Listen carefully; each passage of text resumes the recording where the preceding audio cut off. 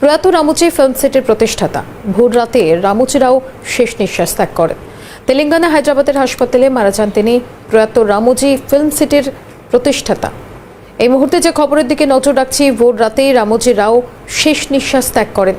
তেলেঙ্গানা হায়দ্রাবাদের হাসপাতালে মারা যান তিনি। তেলেঙ্গানা হায়দ্রাবাদের হাসপাতালেই মৃত্যু হচ্ছে তার। প্রয়াত হচ্ছেন রামুচি ফিল্ম সিটির প্রতিষ্ঠাতা।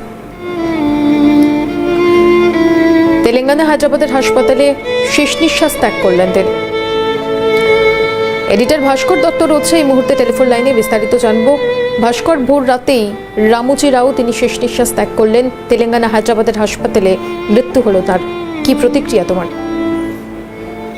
দেখো মাসুমা, খুব স্বাভাবিকভাবেই বলতে হয় যে ভারতের মিডিয়া দারুণ এবং বলা যেতে পারে যে ভারতবর্ষে আধুনিক যে ইলেকট্রনিক্স মিডিয়া, সেই মিডিয়ার প্রবর্তক যদি আমি বলি এই মানুষটিকে, তাহলে খুব একটা ভুল বলবো না, এটুকু বলতে পারি। তার কারণ এই মানুষটি ভারতবর্ষের যে সংবাদ মাধ্যম, ইলেকট্রনিক সংবাদ মাধ্যম, তার যে আজকের যে ব্যাপ্তি, সেই ব্যাপ্তির সূচনা করেছিলেন এই মানুষটি, এবং সেটি কি ব্যাপক আকারে হতে পারে তার একটা আভাস তিনি কিন্তু আজ থেকে সে বহু বছর আগে 90 দশকের শুরুতেই তিনি এই আভাসটা দিয়েছিলেন। এবং সেখান থেকে বলা ভালো যে তার দেখানো পথ ধরে আজ এই যে সার্বিক ভাবে যে ইলেকট্রনিক্স মিডিয়া চলছে, সেটা তুমি যদি বলো যে বাংলা বা তথা প্রভিন্সিয়াল শুধু নয়, জাতীয় স্তরের ক্ষেত্রেও যে মিডিয়াগুলো চলছে, সেই জায়গায় দাঁড়িয়েও কিন্তু এই মানুষটি কে প্রত্যেকেই এই মানুষটিকে শ্রদ্ধার চোখে শুধু দেখে তা নয়, এই মানুষটির দেখানো পথ ধরেই আজকে কিন্তু এই সংবাদ মাধ্যমের জায়গাটি এখানে পৌঁছেছে। এবং এই যে একটা মানুষের দূরদৃষ্টিতে তিনি দেখতে পাচ্ছেন যে আগামী দিনে ইলেকট্রনিক্স মিডিয়াটি কোন জায়গায় পৌঁছবে।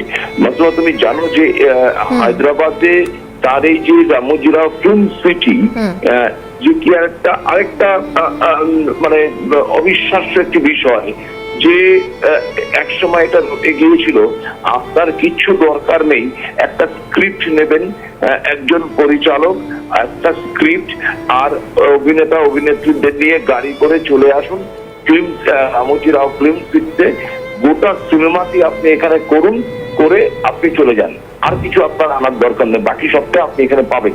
অর্থাৎ এমন একটা ফিল্ম সিটি যেখানে গেলে তুমি শুধুমাত্র ইকুইপমেন্টস বা অন্যান্য জিনিস পাচ্ছ তা নয়, এমন এনভায়রনমেন্ট পাচ্ছ সেখানে তাজমহল থেকে শুরু করে, মানে আমি বলতে চাইছি যে সেটিং এর যে বিষয় আশয়গুলো রয়েছে, বিশাল আকার এক ফিল্ম সিটি।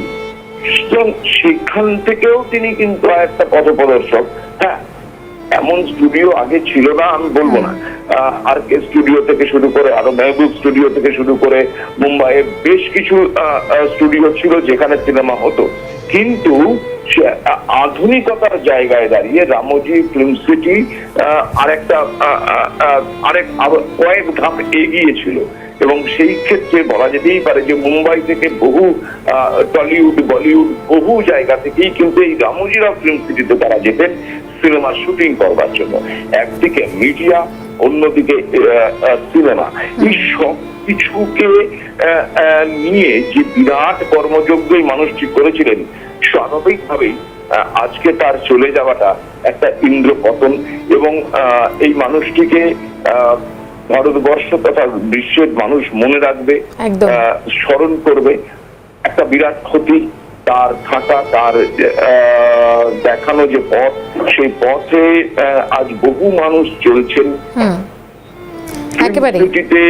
এখনো বহু কাজ হয়, তার দেখানো এই ইলেকট্রনিক্স মিডিয়ার যে আধুনিকতার পথ ধরে আজকে বহু মানুষ তার সান্নিধ্যে যারা এসেছেন তারা তো বটেই, এবং তার পাশাপাশি যারা বিভিন্ন সংবাদ মাধ্যমে কাজ করছেন, কোনো না কোনো ভাবেই এই মানুষটি দেখানো পথ ধরে হাঁটছে। ফলে এই ক্ষতি একটি অপূরণীয় ক্ষতি বলা যেতেই পারে। একেবারে। অনেক ধন্যবাদ ভাস্কর।